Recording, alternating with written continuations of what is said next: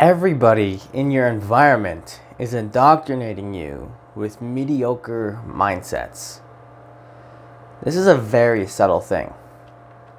And unless you have created your own reality in your own mind, and unless you've cultivated that authority in yourself, it can be very easy to look over this. This can actually go past your awareness, and for the first half or more of your life, it probably has. What do I mean by this? It's incredible to see when you really can step outside of your perspective and really kind of watch what's going on from a bird's eye view. It's actually shocking how much we get indoctrinated just by the people around us. Simply because what's normal for us is entirely based on what we experience. Our whole belief system is based off our own direct experience. That's it. So the problem here is that even if you want to be healthier than everybody else, if you want to be more fit than everybody else, well, you're using other people as your baseline. Whereas maybe you are more productive, you are more healthier, or you are even more positive than the people around you. But that's only relative to who's around you. What if you're around a bunch of negative, unhealthy, overweight people? It's a really interesting problem when it comes to crawling yourself out of the hole that you found yourself in your self-actualization journey. And this is why, meeting very intelligent people, meeting people that are several echelons above you, shadowing their life for a day even, or a week, if you're lucky. Like even more lucky than shadowing them for a day. Just watching how someone can operate can give you a lot of insight into how you can operate. And, for example, I've noticed that there's just subtle cues that I'll get. Currently I'm working a wage slave job, and I'll notice, a lot of people, we work several days in a row, and, you can see people's mood waning, or even just on day one. People will just be a victim of their emotions, and they'll have on days or off days, Whereas the belief system that I've cultivated is like, well, what have you done to be switched on? If you haven't done anything to be switched on, then yeah, that's taking responsibility for your own mood. Or how about you being tired, or you being, not well rested or whatever? All the people around me, they don't really take that as seriously. They don't take going to bed at the same time as seriously. They don't take waking up at the same time as seriously. They don't take, all the things you do, that I do for my sleep, right? Taking supplements or taking, exercising, using NSDR, like all this stuff, right? Just so I can sleep. What's really hard that I really want to get across in this video is that naturally, as social creatures, we look for approval from others. And when you self-actualize so much, you can be constantly gaslit by other people, because fundamentally their perception of reality is so different from yours that they have such a different set of assumptions about reality, and therefore making assumptions about you and who you are, that difference is so huge that someone is going to be triggered because you're just so different. It just doesn't fit in each other's web of constructs. And I notice this a lot, you know. People will make assumptions about how intelligent you are, and how capable you are, and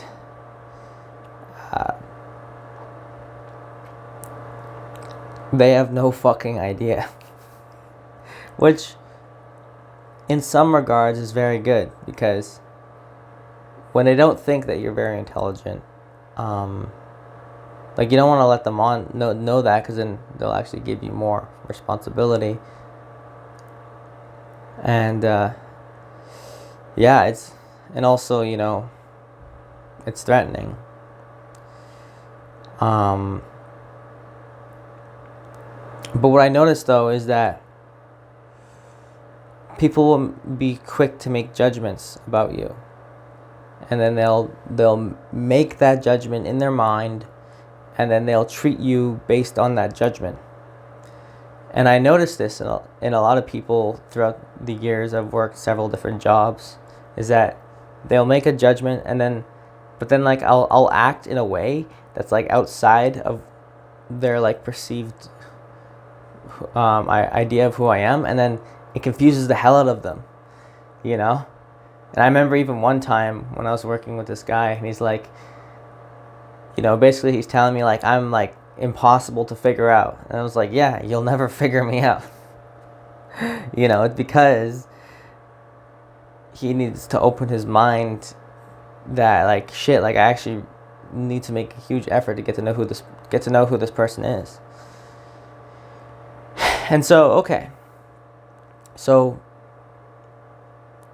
for example, getting back onto topic here, for example, if you are an individual that works out every day, and then you look out at everybody else around you that doesn't work out every day.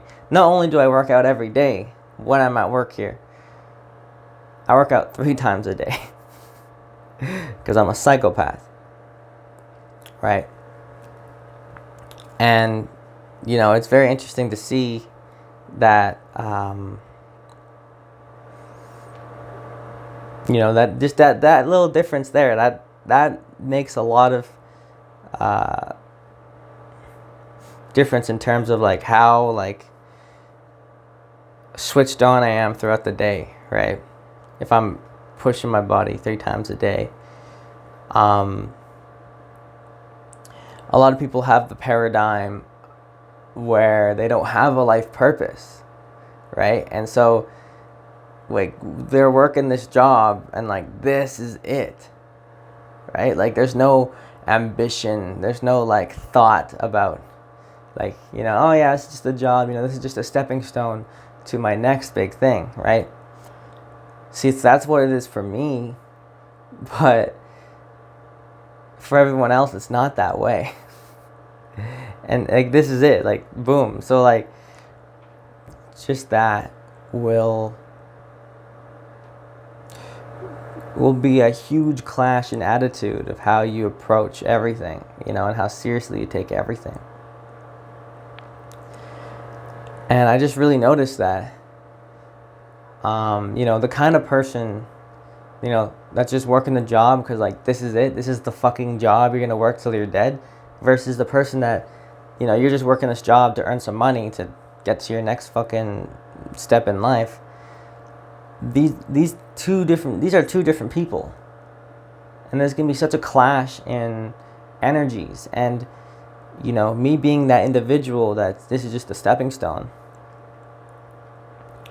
I have to really watch out and not get sucked into that kind of mentality of like the doom and gloom, you know, or just being in a bad enough mood to project onto other people and to make fun of other people or to pick on other people, you know, getting wrapped up in the politics of work, because for them this is their life, right? They're living, this is life, right? And for me, I'm physically here, I'm physically working, but mentally I'm checked out. I am fucking thinking about my vision. I'm contemplating how can I best make my next step. I am generating the insights that will get me from where I am to where I want to go. And it's not just at work, this is just everywhere. In life, you need to understand that absolutely everybody is going to be looking for a real estate in your mind. People want to have a piece of themselves in you. They want to have their ideas in your head. And if all their ideas suck, you have to be strong and stern in holding your own ideas. If your idea is that you need to put all the effort you can into every single day to show your respect for life, and they don't have that idea, you don't level yourself out to their standard. And this is one of the very dangerous parts about socialization, and this reminds me a lot about the episode from actualize.org of how socialization makes you stupid. And this is it, where we will sacrifice our own minds, we will sacrifice our own authority, we'll sacrifice our ideas, we'll sacrifice the character of who we could become in order to conform to the people around us, because we want to feel included and we want to feel heard.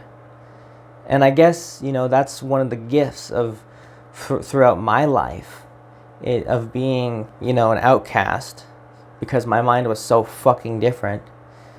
This is just normal for me, right? So it's no different to be an outcast and to be ostracized or to be singled out in any form, in any place in my life, at work, or with, trying to make new friends, right? Because it's just the norm. And, of course, the disadvantage of that is I've become very lonely. But the advantage of that is I develop a very iconoclastic mind, and I become very confident in my own ability to execute my own reality and to execute my own ideas. Now, of course, with the internet now, we can find people that are just as insane as us, are just as driven, just as passionate about life, people that take life seriously. And that's great. But even then, you'll find that if you're a higher standard than them and that you commit more, you still once again have to pull in the reins of your authority, of your ideas, and you need to really just trust in your own beliefs, trust in your own mind, in your own process, in your own perception of the way you see the world. And you might get, because you want to love your father, your mother, your brother, your sister, your friends, you might trade off some of your mindsets of being driven. You might throw them away to just get along with these people. And I'm not saying that you can't, but for example, if the only way to connect with a friend of mine is to go out and drink, if that's the only way, then I guess we can't connect, right? It's having that confidence to set that boundary, and also just having that willingness to maybe find other things to fill that peace, to fill that need for a relationship. And so, to close this off, I really want you to look around you. I want you to take note of every single human that you come in contact with, either through media or physical reality, right?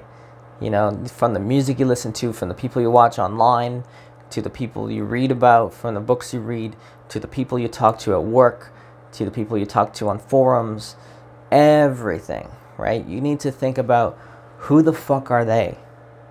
What kind of results are they getting in their lives? And based on that, think about how much their words should matter. Think about how seriously you should take them based on that. Are they exactly where you want to be?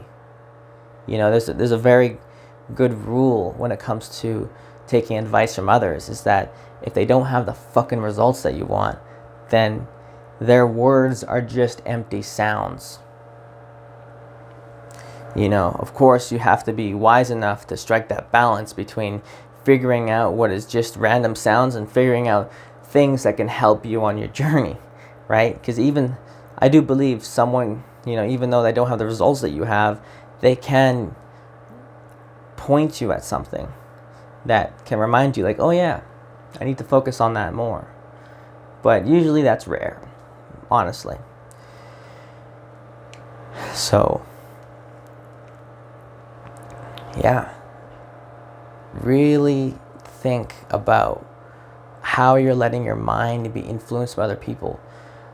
And most importantly, how much solitude are you giving yourself? You know, in today's world, we are solitude deprived. You know, and solitude is being defined as, you know, not having input from the external world. So whether it be from our phones or from other people or whatever. You know, when do you have just time just to sit and think about what the fuck is going on? Who are you? What is reality? And what's your plan? And what's your thoughts about reality and all that stuff? You need to give yourself the solitude and for the time for that to work. You know, for you to actually cultivate your own authority in your own ideas and your own confidence in your own ideas. Because if you don't, you're just going to be whisked away with the herd. And of course, we've been with the herd our entire lives. We've been herded like a bunch of sheep. And, you know, if you've been herded like a sheep for your entire life, you might mistake your identity that you're a sheep, you know, being herded with all the other ducklings. And one day you might realize that you're a swan. You know, but a swan can mistake his identity for a duck if it's been herded with a bunch of other ducks for its entire life. It's up to you to really take your authority back as that swan. And to realize just how brilliant and how beautiful you really are. So take back your authority. Think for yourself. Because if you can't think for yourself, people will do the thinking for you. And their agenda is not in your favor. So, with that, I'd like to thank you for watching. And I will see you in the next one.